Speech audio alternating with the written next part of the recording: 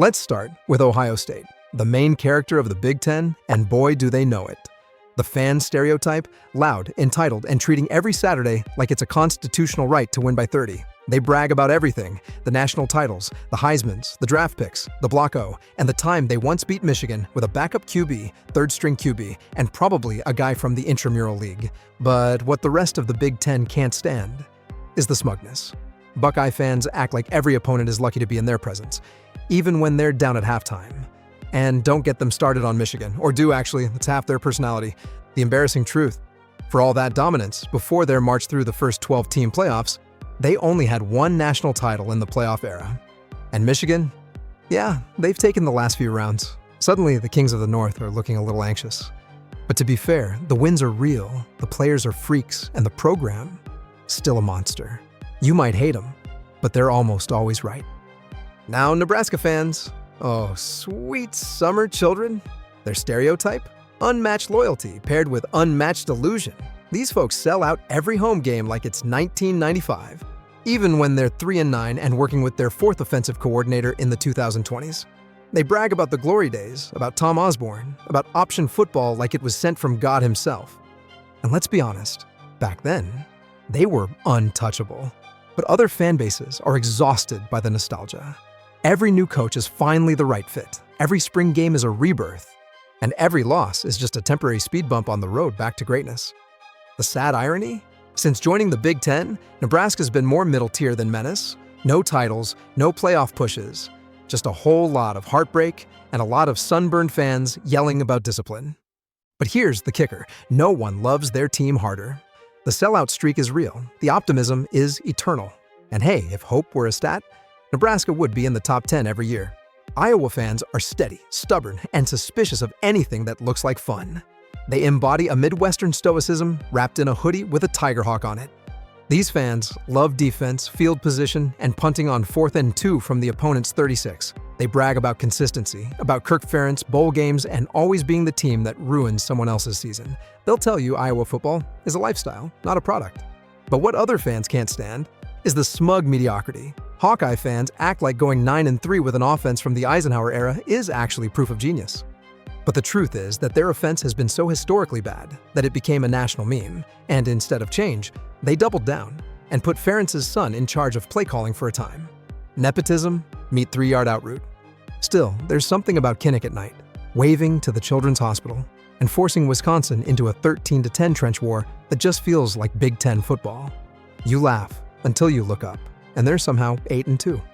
Quick pause. If you're enjoying the video so far, go ahead and hit that subscribe button. All right, back to the frozen north. And then there's Minnesota, the program that's 20% tradition, 80% weather-induced hallucination. Gopher fans are a mix of nice, slightly nervous, and constantly reminding you they existed before color TV. The stereotype? Cordial, slightly passive-aggressive, and deeply attached to a bronze pig. They brag about their ancient national titles, the Paul Bunyan's Axe rivalry, and how they're building something real under whatever the current row the boat slogan is. Other fans mostly ignore them until Minnesota gets hot in October and everyone remembers they exist.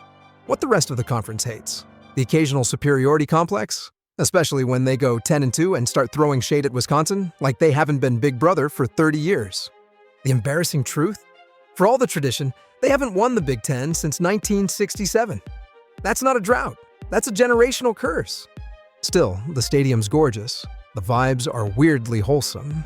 And when the snow's falling and the axe is on the line, you'd be lying if you said you weren't watching.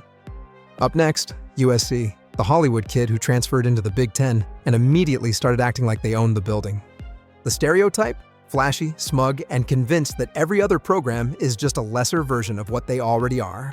Trojans fans brag about Heismans, national titles, and the fact that the Coliseum once hosted the Olympics and Reggie Bush in the same century.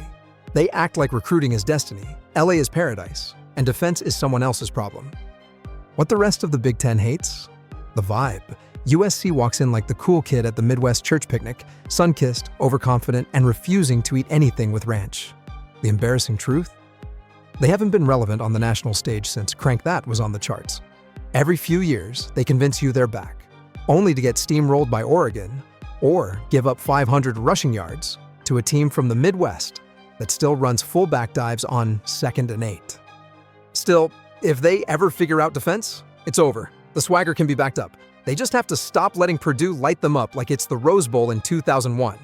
Now, Michigan, the academic football empire built entirely on legacy, maze, and deep-seated superiority.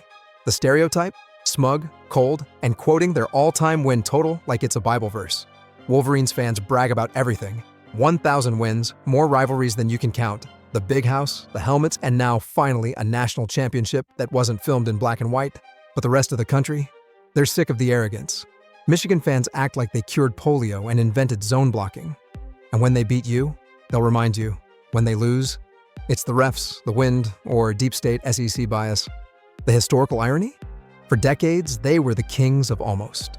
Great teams, better excuses, and one rivalry game that haunted them like a ghost in cleats.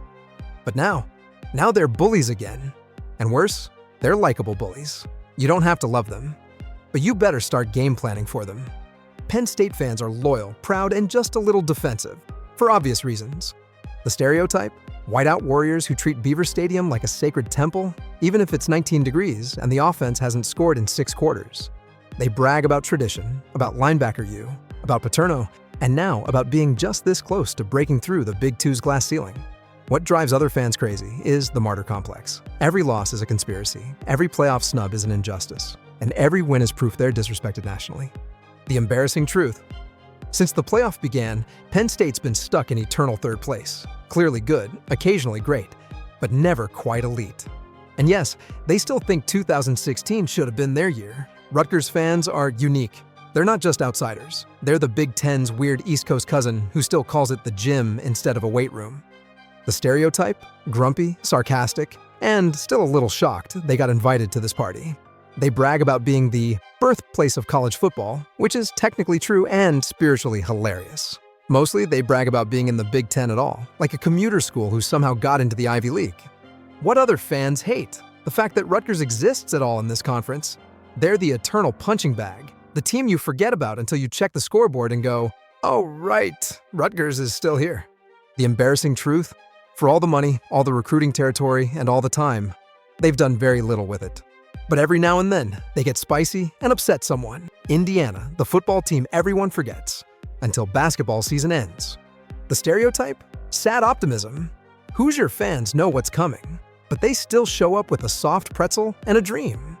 They previously were stuck bragging about the 2020 season like it was ancient myth. And to be fair, it was kind of magical. Now they have the 2024 season to drool over. They'll mention the campus, the helmets, the tradition, and then quietly change the subject to Assembly Hall. What other fans don't hate, because no one really hates Indiana, is just how inoffensive they are. But the irony? For a program that's been bad for so long, they've actually had some talent. Tevin Coleman, Antoine Randall, Michael Penix Jr. They just can't seem to string together 2 good months without something going wrong. Still, Memorial Stadium under the lights has its charm. And when they do win one, that fan base parties like they just found out the Big Ten gave them another basketball scholarship. Purdue fans are the Big Ten's lovable engineers of chaos. The stereotype? Smart, self-deprecating, and always one 3-star quarterback away from ruining someone's season. They brag about Drew Brees, the cradle of quarterbacks, and their uncanny ability to take down top 5 teams like it's a recurring side quest. Seriously, if your team's ranked number 2 and headed to West Lafayette, say your goodbyes. What other fans hate is the spoiler complex. Purdue will go 5-7, but that one win over Ohio State or Michigan, they'll wear it like a championship ring. The embarrassing truth? For all their giant killing, they've never actually slayed the giant when it really counts. No Big Ten titles since 2000, no playoff pushes, and a lot of, we almost had them. But still, you've got to respect a team that treats upsetting ranked opponents like it's a deeply personal vendetta. And hey, any school with a drum the size of a hot tub? That's Big Ten energy. Maryland fans are trapped in a strange identity crisis. They talk like they're still in the ACC, but they spend Saturdays getting blitzed by teams that don't even have an airport nearby. The stereotype? Basketball first, football curious. They'll show up loud for a September win over Virginia and go completely missing after that inevitable 38-10 loss to Penn State. They brag about Under Armour money, high-powered offense, and DMV recruiting like it's some secret sauce. And to be fair, they do pull talent. But other fans get annoyed by the delusions of grandeur. Every season starts with dark horse in the East energy and ends with a 7-5 record and a bowl game sponsored by something you've never heard of. The embarrassing truth? Maryland has all the ingredients, money, athletes, and a massive talent pool, and somehow still ends up stuck in the middle of the standings. UCLA fans are chill, sun-soaked, and kinda indifferent unless they're playing USC or someone brought sushi to the tailgate. The stereotype? Smart, well-tanned, and constantly checking the basketball schedule during the third quarter. They brag about tradition, the Rose Bowl, Troy Aikman, and their weird but impressive record against ranked teams they weren't supposed to beat. But what other Big Ten fans will hate is the vibe. UCLA folks treat college football like a Saturday option, not a lifestyle. While Iowa fans are wrapping their knees in liniment, Bruins fans are posting Instagram stories of their section's kombucha stand. The embarrassing truth? They haven't really been relevant since the late 90s, and even during their best years, they've always lived in USC's shadow. But hey, when that sun hits the Rose Bowl just right, and the Bruins catch fire for one of those 9-3 blips, you forget about the attendance problems and just soak it in. West Coast chill meets Midwest violence. It's gonna be weird, and we're here for it. Oregon fans are futuristic, caffeinated, and possibly part of a secret Nike-funded experiment in college football swagger. The stereotype? High-tech hype machines who treat every uniform combo like a Grammy red carpet. Ducks fans brag about speed, flash, and being the program that turned relevance into a brand. They'll remind you about Marcus Mariota, that Chip Kelly run, and the fact that nobody recruits a highlight reel quite like Oregon. But other Big Ten fans already hate the glitz. Too much flair, not enough trenches. They see Oregon as the team that shows up in jetpacks, then gets bodied by Wisconsin in a November ice storm. The embarrassing truth. For all the sizzle, the hardware hasn't followed. No national titles, just one playoff win, and a history of looking unstoppable, right up until they run into a team that plays downhill and doesn't blink. Still, if the Ducks ever merge their talent with true Big Ten-style physicality, watch out, because right now, they're already good, and somehow still feel like they're just getting started. Northwestern fans are the quiet geniuses of the Big Ten. Part football fan, part tenured professor, part jazz enthusiast. The stereotype? A few thousand polite nerds who show up in scarves, clap respectfully, and leave after the third quarter to finish their dissertation. They brag about academics, journalism, and that brief stretch in the 2010s when Pat Fitzgerald had them winning ugly and going to the Citrus Bowl, like it was the Rose Bowl.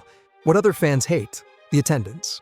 It's not even a joke. Northwestern home games regularly get outnumbered by opposing fans, alumni, and curious Evanston joggers. The embarrassing truth? They're the only Big Ten team with more Rhodes Scholars than five-star recruits.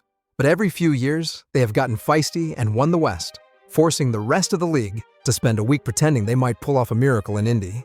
And you know what? There's something kind of terrifying about a team that punts on third down and still wins 17-14. Respect the chaos. Washington fans just joined the Big Ten, but they're already rolling in like they've been here since leather helmets. The stereotype? Proud, purple, and perpetually one foggy Saturday away from greatness. They brag, with good reason, about national titles, NFL quarterbacks, and a stadium view that makes every noon kickoff feel like a postcard. What Big Ten fans already hate? The West Coast attitude mixed with actual results. Unlike some other arrivals, UCLA, Washington's got rings, recent playoff appearances, and a fan base that doesn't need to scream. They just show up and win. The embarrassing truth? Despite all the tradition and talent, they spent a solid decade wandering in the wilderness of coaching changes and Apple Cup meltdowns. But when they're rolling, it's serious. Big Ten fans may talk about snow, toughness, and running the ball 42 times. But Washington? They'll just out-scheme you, out-throw you, and jog off into the mist like it was nothing. Welcome to the new problem. Wisconsin fans are beer-fueled, cheese-powered football lifers who build offensive linemen like they're growing them in barns. The stereotype? Big, loud, red, and allergic to forward passes. They brag endlessly about running backs, Camp Randall, and the jump-around tradition that's more coordinated than most wedding receptions. Other fans get sick of the good-enough mentality. Wisconsin will go 9-3 forever and seem thrilled about it.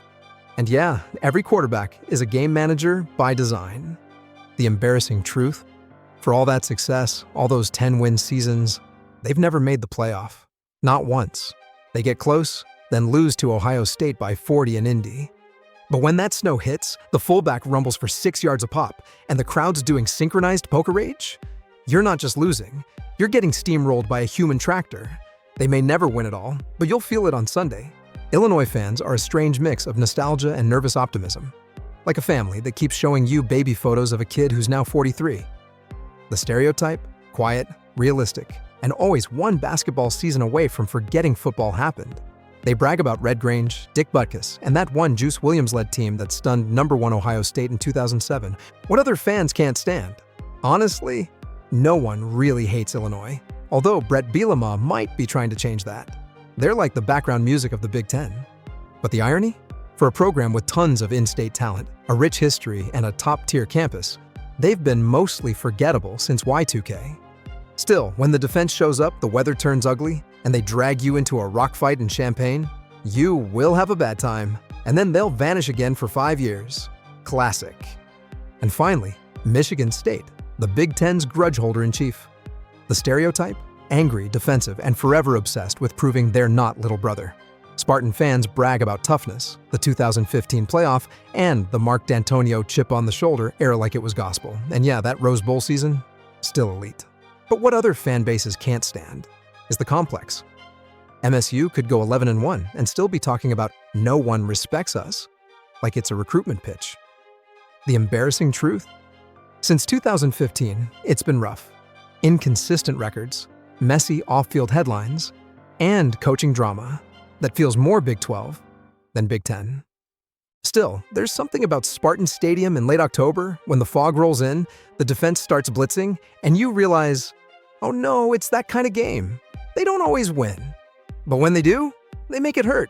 And that's every Big Ten fan base, proud, petty, and permanently convinced the refs are out to get them. Whether you're rowing the boat, jumping around, or just tweeting through another 7-5 season, you're part of the madness. If you enjoyed the roast, hit subscribe. See you in the comments. And remember, no matter how bad your offense looks, you're not Northwestern in November.